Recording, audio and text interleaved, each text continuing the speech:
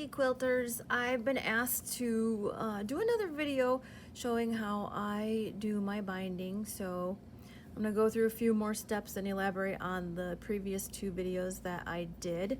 The first one was how to miter a corner, and then the second one was how to do the join at the very end. So I had a few ladies ask me if I could show within this video how I sew my mitered corner as I'm sewing my binding on. So I'll go over that first and then we'll continue on and I will show everybody how I sew my binding to the front of my quilt after I'm all done. So as you can see, I've got my binding sewn on at the beginning here, and I've stopped about 1/4 of an inch from the edge of my quilt, and now I'm going to miter my corner and continue sewing.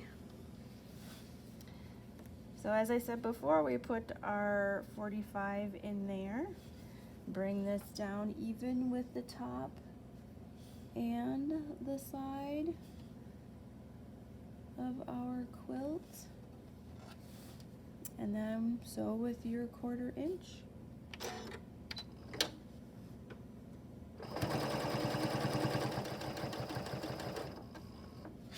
And then continue sewing it all the way around your quilt, mitering all 4 corners.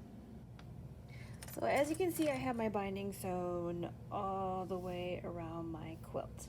So the next thing I'm going to do is take my Wonder Clips and I'm going to clip my binding the whole way around my quilt, folding to the front of the quilt. And on a small quilt, I usually go the whole way around. On a large quilt, I usually do 1 to 2 sides, depending on how big it is and how many clips I actually have. So we're gonna flip our quilt over.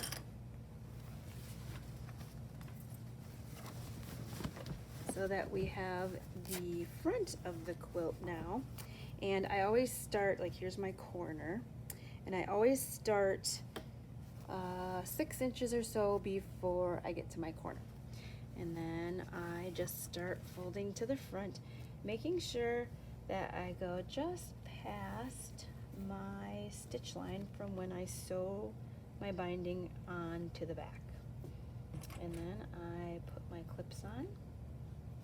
This keeps everything nice and even, and the other nice thing is if you do the whole way around, you don't have to stop and start at each corner. You can just continuously sew the whole way around your quilt.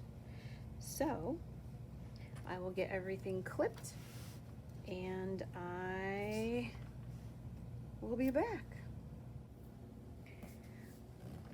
So I thought I'd touch a little bit more on how I clip the corners on my quilt when I am putting all the clips around before I do my final stitch. So as I'm coming into the corner, you can see my binding is still flipped under. So we're going to pop that in, making sure it lays nice and flat.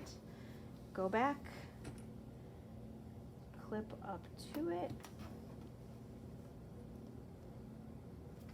and then, whoops, we're going to adjust this a little bit and make sure that we get a nice miter in the corner. Put our clip on. Sometimes you have to put a clip in here before you can come back and do that corner, but it's laying nice right now, so I'm just gonna put my clips in and continue clipping, and then I will show you how to do the final stitch down. Now we are ready to start sewing our binding down, but there's a couple of things we want to do first.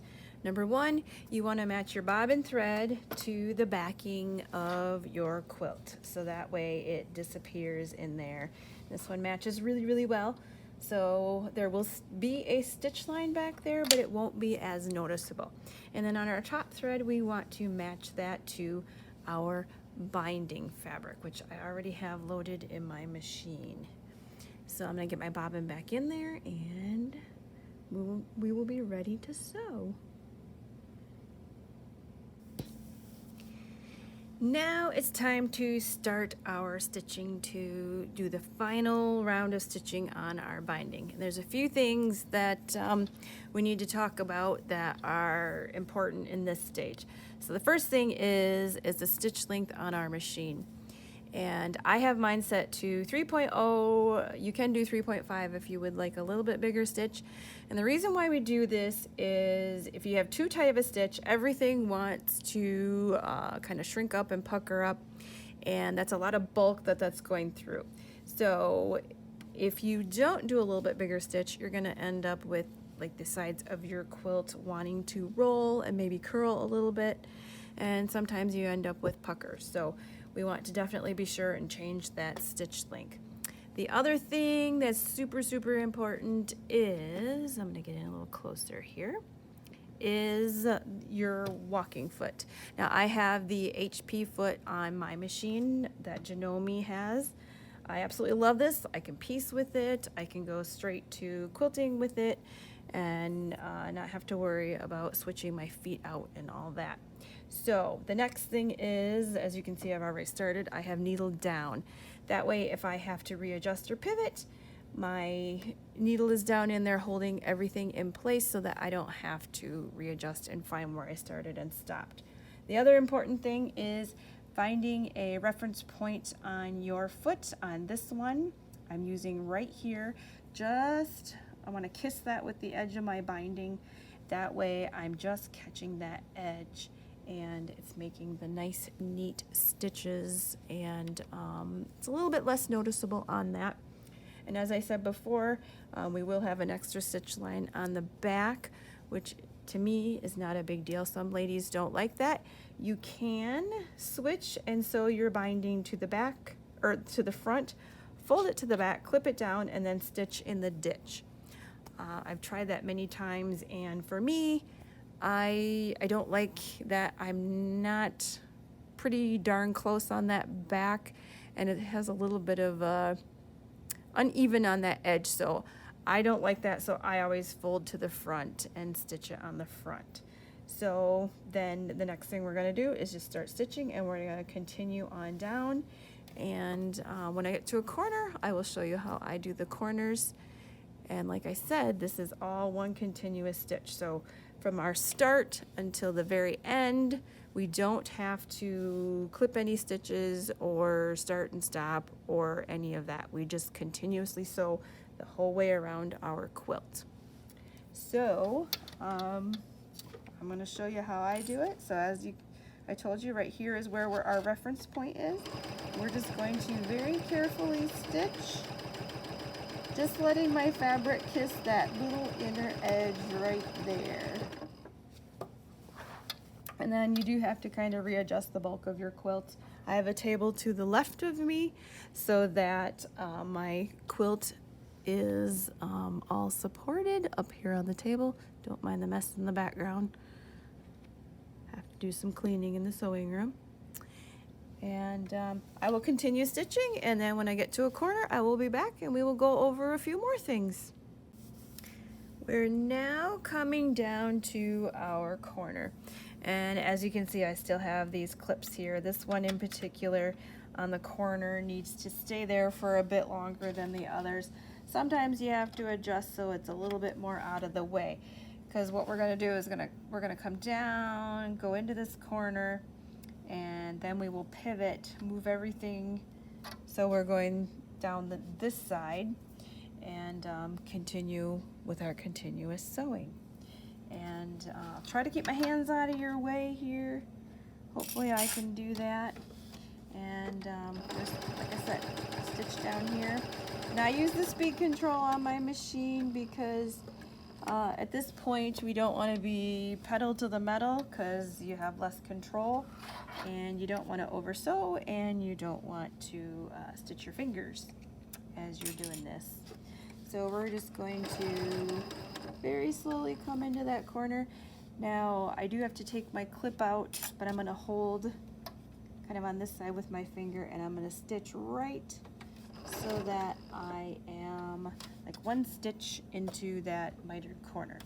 And then I'm going to raise my presser foot, pivot everything. Make sure that I'm lined up again, which I think I am. And then we're just gonna continue stitching. And we're almost done. I'm almost to the very end, and I'm just going to take my time stitching. And when I'm all done, I'll come back and I'll show you some of my corners and the stitches that are on the back of the quilt. And like I said, if you've matched your thread really good to your backing, you won't have a very noticeable stitch line. So I will finish and I will be back. I'm on the last couple inches before I am done with this, so I'll quick stitch those and I'll show you the corner at the end. And like right now, I've come like 3 stitches past. I'm going to do the lock stitch on my machine. And when that's all done, I'm going to cut the threads. Actually, this machine will cut my threads. Did not know that. I'm sewing on a new machine and learning new things about it. So here is my nice mitered corner. It's kind of hard to see in this light. And then this is my stitch line on the back, which is nice and hidden, not very noticeable. But again, there's my nice mitered corner. Super, super easy. This quilt, start to finish, took me a little less than an hour to for actual work time. A little bit longer doing the video, but you can do big quilts in a couple of hours, start to finish. That includes cutting your binding strips. Although I do cheat, I do use my AccuQuilt to cut those. And then, you know, I sew them together. I use my third hand binding tool to help me stitch or to iron those really, really quick. And the other thing that I use now, I'm learning to love this little contraption here, and it is the binding wheel. I started using this tonight. At first I was a little skeptical, but once I got going and I used it, it was actually nice. I can load my binding right on there, and it unwinds nice and easy as I am stitching my binding down. Keeps it confined so it's not all over the floor and picking up lint, and if I was at home, dog hair, and it worked out pretty nice. So we do sell these up in the shop. I cannot remember what they retail for, but if you, one second, I'll get the package. So it is the binding wheel, and like I said, I used it tonight for the first time. A little bit skeptical at the beginning, but as I got using it, I learned to love it, and it was a nice little addition to my tool arsenal to make things go a lot faster. You can find those in the shop, or you can go onto our website, quiltpeddlerllc.com, and you can type binding wheel in the search bar and find it. Or you can stop up at the shop and say hey and pick one up here. Have a great day.